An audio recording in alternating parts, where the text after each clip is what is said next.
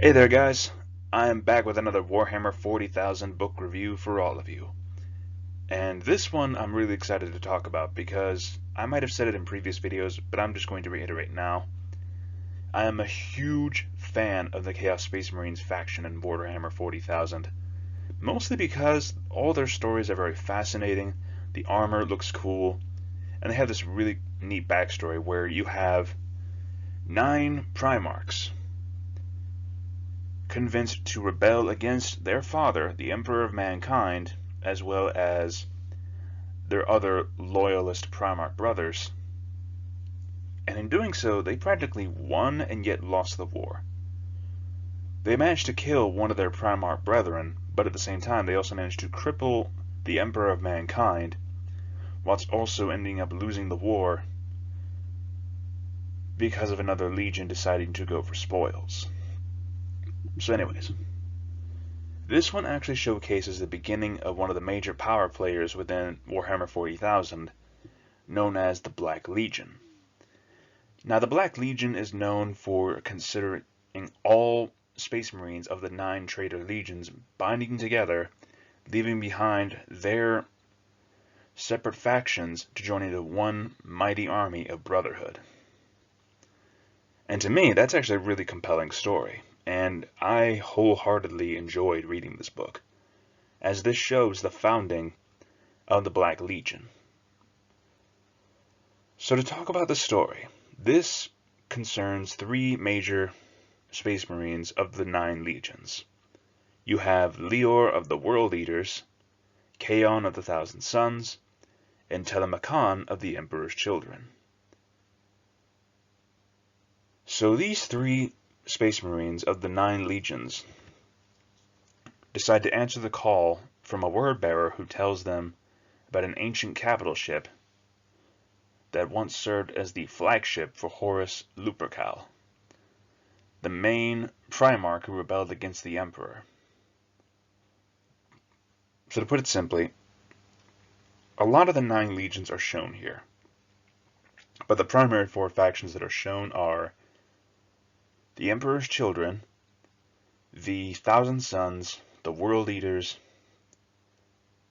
I want to say Word Bearers, but also, more importantly, the Sons of Horus, also known as the Lunar Wolves.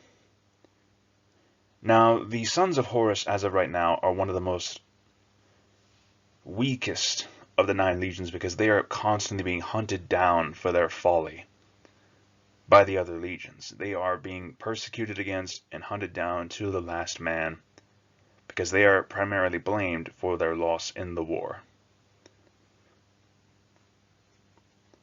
So the story starts off with a meeting between Kaon, Lior, and Falcus of the Sons of Horus, and they discuss how Lupercalios, which is the final resting place and a mausoleum to Horus Lupercal, is raided by the Emperor's Children, and from there, Horus's body is stolen. So they're meeting up to try to find the capital ship as well as any hint of the former right hand of Horus, known as Ezekiel Abaddon. And they find out from the word bearer about the ship that Horus once piloted, once captained, to put it simply. So this whole story really pans out in that it shows life within the Eye of Terror. And the Eye of Terror is a massive hole in space, which brings direct contact to the warp.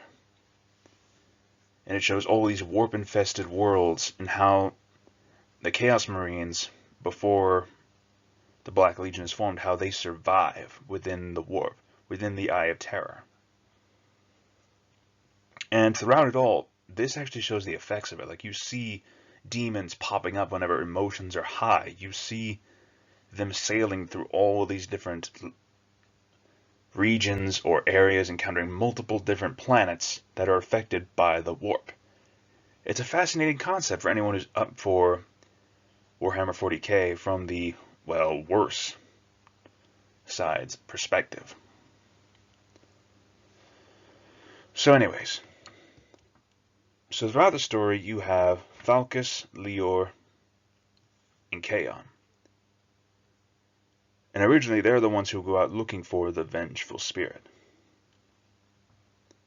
which is the name of the capital ship, by the way.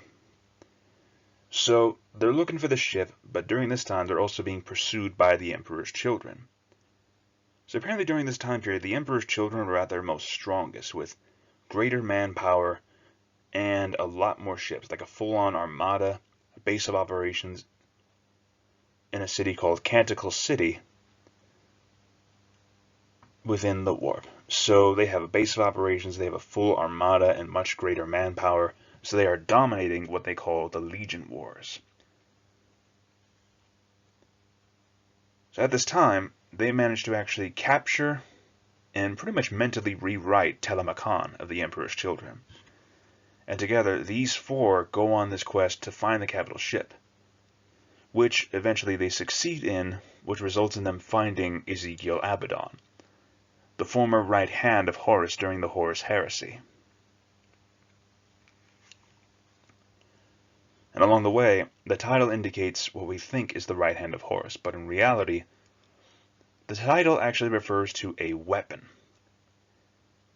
So the Talon of Horus, and this actually surprised me when I was reading about it. Like, Jesus.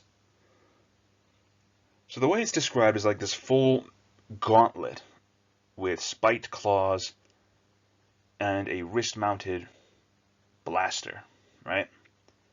However, what they notice, like what Chaon notices, is the fact that the claws are still coated in blood. Now, for those who have either read or not read the Horus Heresy, this blood actually holds both the dried blood of the Primarch Sanguinius, the Primarch of the Blood Angel faction of Space Marines. Because Horus himself was responsible for killing Sanguinius with that very weapon, the Talon of Horus. And then right afterwards, crippling the God Emperor, so it has the blood of both Sanguinius, Primarch, and the Emperor of Mankind sitting on it. So Chaon senses this thing, and he realizes there is so much psychic energy around this thing, to put it simply. There's so much psychic energy of the screams of the Blood Angels as they feel their Primarch's death, as well as the Emperor of Mankind when they see him being struck down.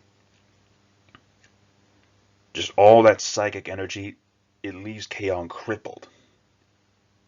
And the fact that this weapon seems that strong is absolutely insane.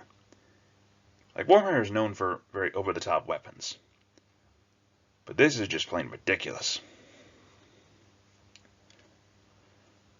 So to continue on, they find Abaddon, who proposes the idea of forming a new legion. One that is not loyal to any of the former Primarchs who have ascended to demonhood and are now consulting with the Chaos Gods. And throughout it all, these same Space Marines, Lior, Chaon, Telemachon, and Falcus, all of them feel that call by Abaddon to cast aside their old loyalties and form a new legion that is not beholden to any of the Chaos Gods or any of the Demon Primarchs. They are loyal only to themselves and a band of brothers. And in my opinion, it's actually really fascinating getting into these guys' heads, how they all seek that former glory, that former feeling of brotherhood, of fighting alongside your fellow troops. It's a fascinating way to look at it. Even more than that, what I liked about this book is that it feels like a story that's being told. Like a story that's already happened, so it is being told in kind of this third-person perspective.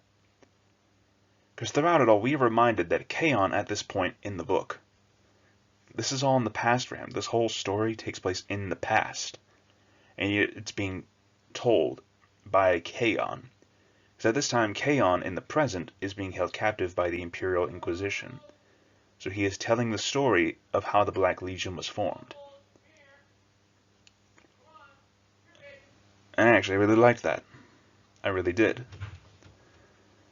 So, to continue on, Abaddon, Chaon, Lior, and Telemachon, all of them want to get payback against the Emperor's children. So what do? They take this former capital ship, bring it through the warp, and not only that, you have Chaon wheeling his former ship, dragging it through the warp, and hurling it like a freaking spear of old, straight into the heart of the Emperor's children's base of Canticle City. And I was just reading this, and I'm like, holy shit. Just imagining that for a second, like a massive capital ship full of everything in there, like chemicals, gasoline, all that stuff, all of them which are easily ignitable, crashing into the heart of a city, so much so that it actually cracks in the crust of a planet and leaves a visible crater from orbit. That is insane. I absolutely loved this series, and I cannot wait to complete book 2, which I'm currently on. Later on, I could probably do a little short ramble on that one as well, but I highly recommend this one if you want a good story full of brotherhood, banding together, casting aside old shackles, as well as the beginning of one of the biggest bads of the Warhammer 40,000 universe, the Black Legion. I highly recommend this for a good sci-fi story.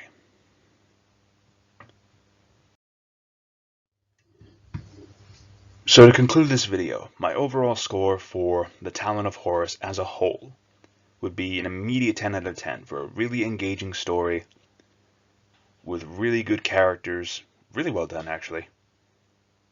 Great action sequences that are so over the top that it fits with science fiction like this, and just ultimately a really great book that kept me hooked throughout. Like anytime I picked this up, I could not stop reading until it was time for the end of my lunch breaks.